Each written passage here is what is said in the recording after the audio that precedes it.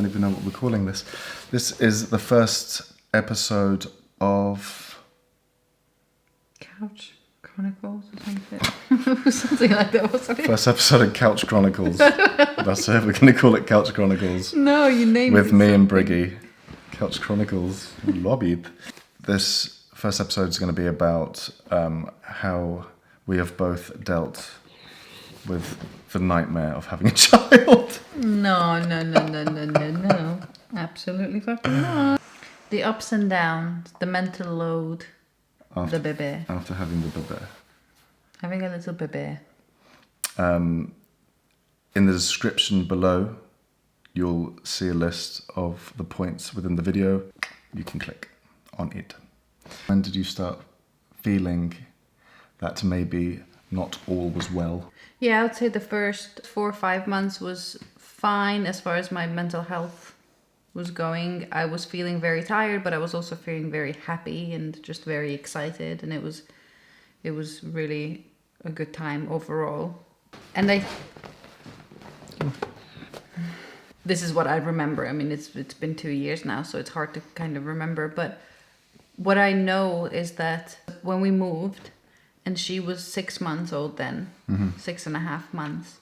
And so that's the age where, you know, she's still a baby, but it's like she's becoming a lot more with it.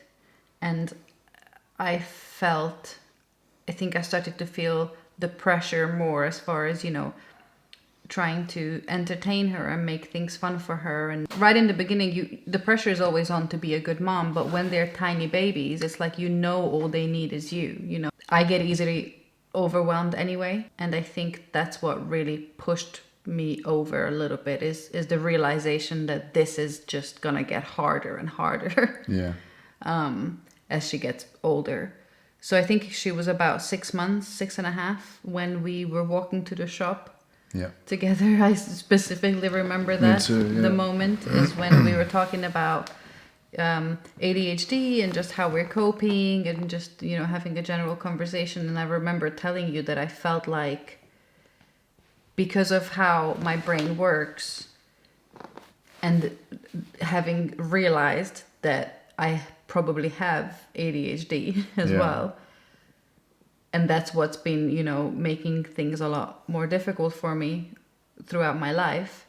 I had this realization that no matter what I do, there's nothing I can do about it. So I might as well stop trying. I'll never be able to accomplish things that I want to because I'll always get into the same obstacle. So why bother? So in that moment, you kind of lost hope. Yeah.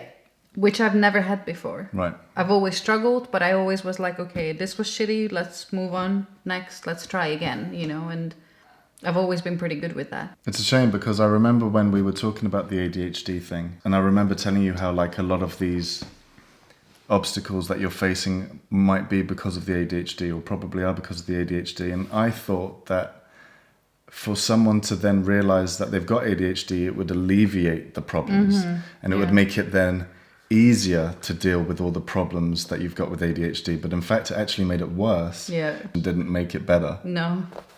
Not at first. Right, I mean, it did eventually, but I think it would have been different if I would have realized it before having Bella or before being pregnant. I might have reacted differently. I might have felt less hopeless. I might have felt more something clicked, because eventually I did start to feel like down the line, like, oh, something clicked. The more we talked about it, the more I thought, oh, that makes sense why I've been the way I've been. But in that time, I was already slowly just building up, getting more and more overwhelmed, realizing, you know, every day that it was just not getting any easier. Yeah. And then when that other realization hit on top of that, it was almost like, okay, well, not only is it gonna get harder, but there's nothing I can do about it. Yeah. And so I just became very hopeless. But also... Bella's awake. Shit.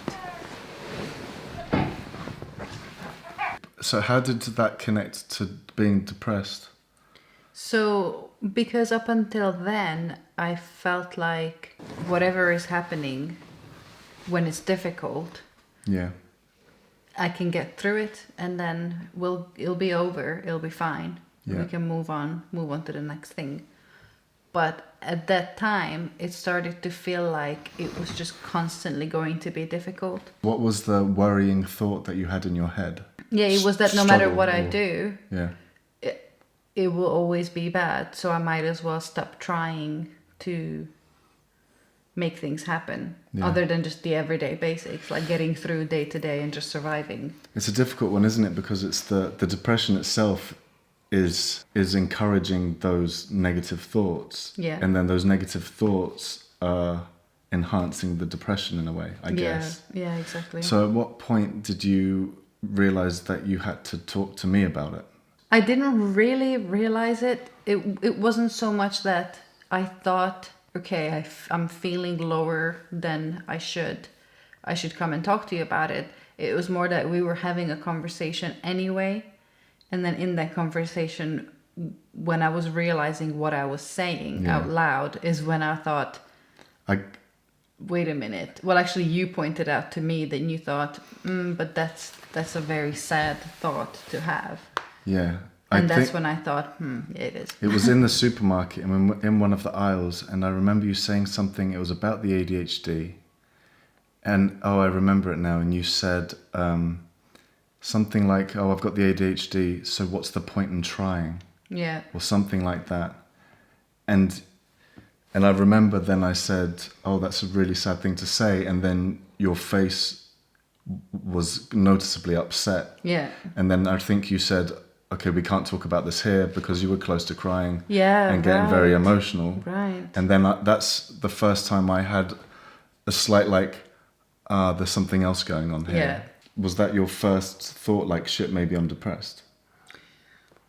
Well, I didn't know. I didn't put two and two together until later on, because even though there's more conversations about postpartum depression now than there was in the past, it's still not something that was in the forefront of my mind that's going to happen to me. Yeah. I never thought of my mental health as anything other than that's just how I am up until that point. So I might have been depressed in the past. In fact, now I know I have been Yeah, depressed right. in the past. Right. But at the time, I didn't know that's what that was. Yeah. And so I didn't think postpartum depression would happen to me. I never really thought about it. I knew it existed, but I never thought about it for me. If someone gets depressed after having a baby, is it always because of the baby, or is it because of a host of other things anyway? Yeah.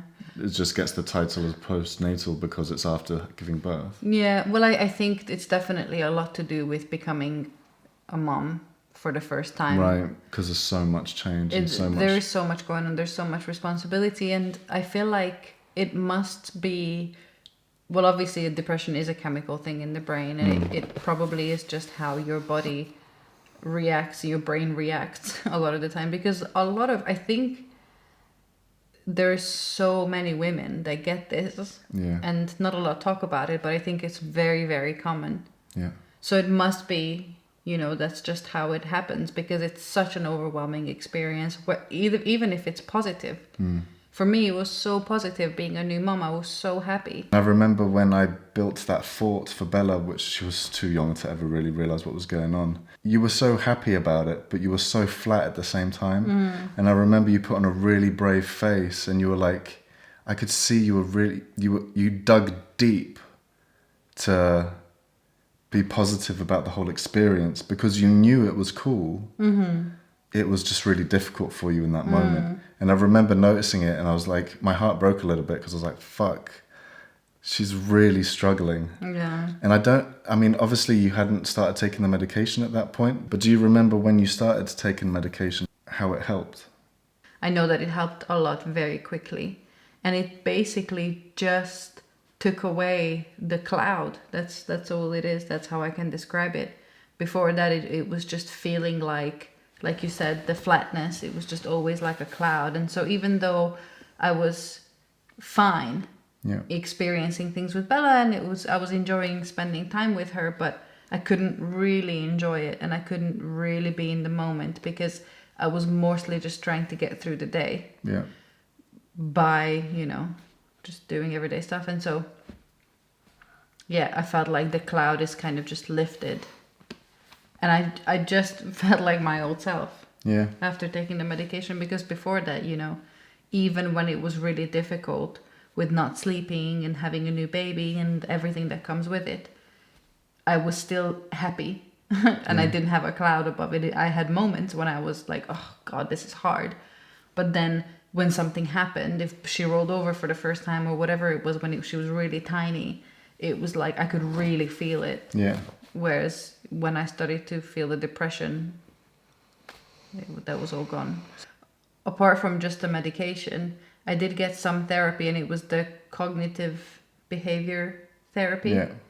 And they gave me ways to cope, which I was already doing a lot of it anyway. And those things helped a lot, like doing meditation, Yeah. doing yoga, taking time for self-care, and some other coping strategies. When did you first try coming off the sertraline? How much were you on? And when did you try coming off it? And what was that I experience feel like you're going to have to give a lot of disclaimers before this.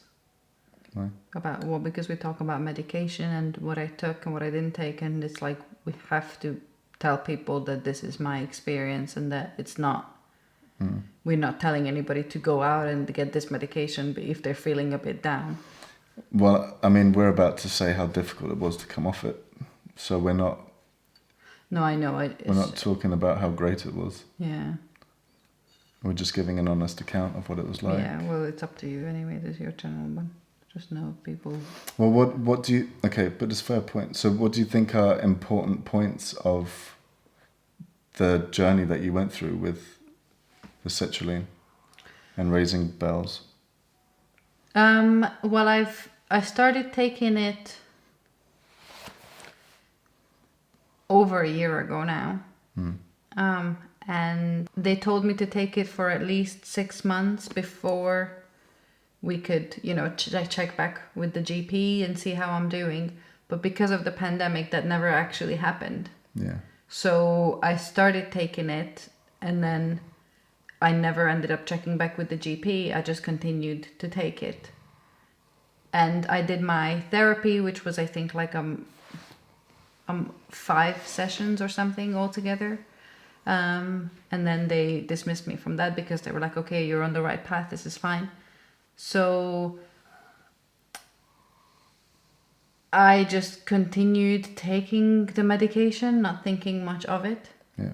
And then I ended up taking it for, I don't know, like 9 months, I think, it was at least 9 months, I'm sure, before I considered, okay, do I still need this? Yeah. I think that I just forgot to take it like 2 days in a row. And then I thought, okay, let's see if I just won't take it, how I'll feel. And then I think I felt fine for a few days. And then I took Bella to the farm. Yeah. And I remember I called you that day from the farm because I told you that I was having a really shit day. Oh, yeah. And I was telling you that it's because I stopped taking the medication and I feel so irritable and I just kept losing my shit completely. Yeah. I remember specifically that I took Bella to that park and it was mud everywhere and I decided to dress her in like all pink with And all her new clothes on and everybody was made a commenting comment. on it. Yeah. About like, oh, she's gonna get muddy. And I was like, yes, I fucking know. Yeah, right. Anyway, and I just remembered that day was such a horrible day. And then when I realized that it was because of the medication, I remember I called you and I told you because I had to vent because I was so angry. Yeah.